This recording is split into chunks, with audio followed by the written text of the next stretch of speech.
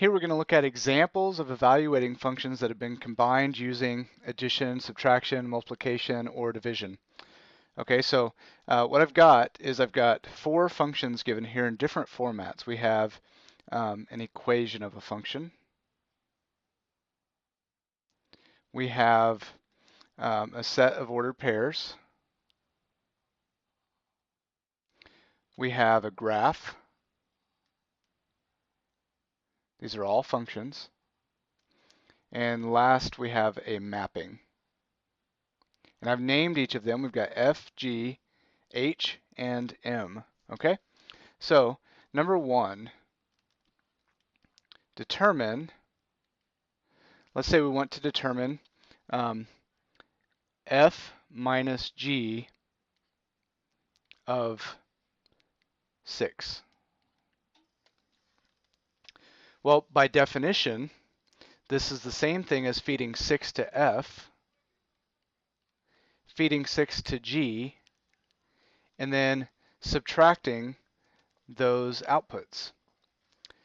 So what this comes down to now is, okay, what is F of 6 and what is G of 6? Well, F of 6 means the input to F is 6, and I need to know its output. So I go find my F function, which is here, and when you have an equation, you calculate the output by plugging the input 6 in for the X value. So I'm going to plug 6 in there, and let's do it this way. I'll do side work here. For my side work, I will say F of 6 equals 6 squared minus 3, which is 36 minus 3, which is 33. So this guy, F of 6, can be replaced with 33. Minus, I need G of 6, so I'll do that on the side as well. So I need to find an input of 6 for my G function. My G function is here. It's a set of ordered pairs. The input is 6 tells me that X is 6. And these are ordered pairs. So X is the first coordinate. So here X is 2. Here X is negative 5. Here is where X is 6. So what's the output? Well, the output is the Y value associated with that X, which is 2. So G of 6 is simply 2. There's no work to show for that. So I can replace this guy with 2. So finally, I've got my two outputs. I can subtract them. 33 minus 2 is 31. And so what this means is if I input 6 to the F minus G function, the output is 31. So I'm going to say that here. I don't think you'd be required to say that. Let me move this over so it fits in here. Okay.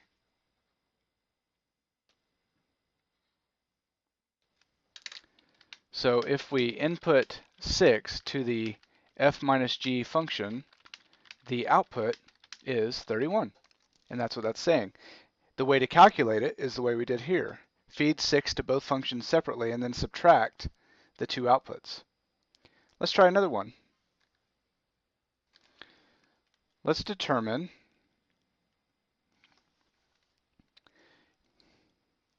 oh, that didn't copy right. Hold on a moment. Okay, that's better. Let's determine, how about M over H of negative 5.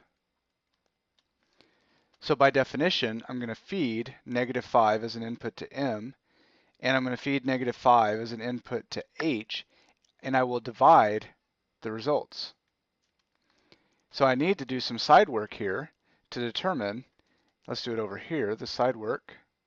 I need to know M of negative 5 first.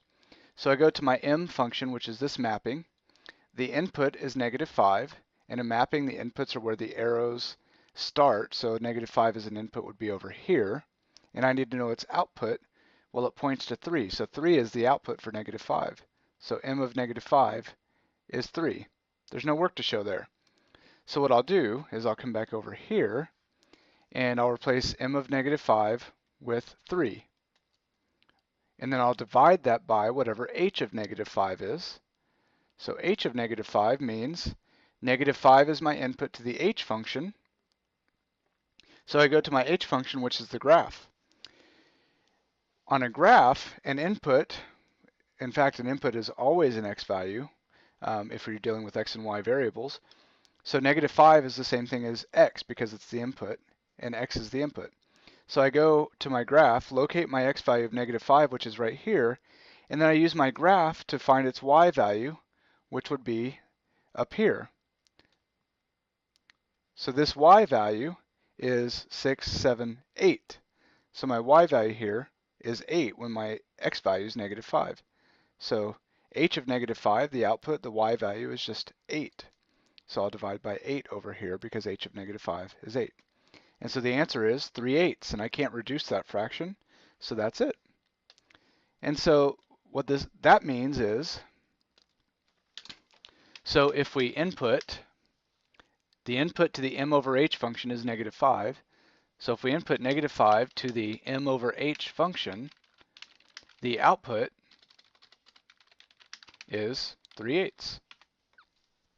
And you can see how to determine that output in this way. So I think I could do more examples, but I've hit everything. I mean, we did an addition, I believe. Let's see.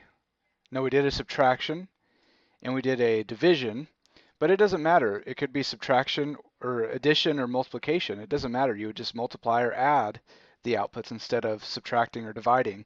The key is being able to determine the outputs of each of those functions, no matter how they're represented. An equation, a set of ordered pairs, a graph, a mapping, doesn't matter. You just find the output one way or another and do the arithmetic on the two outputs to get your final answer.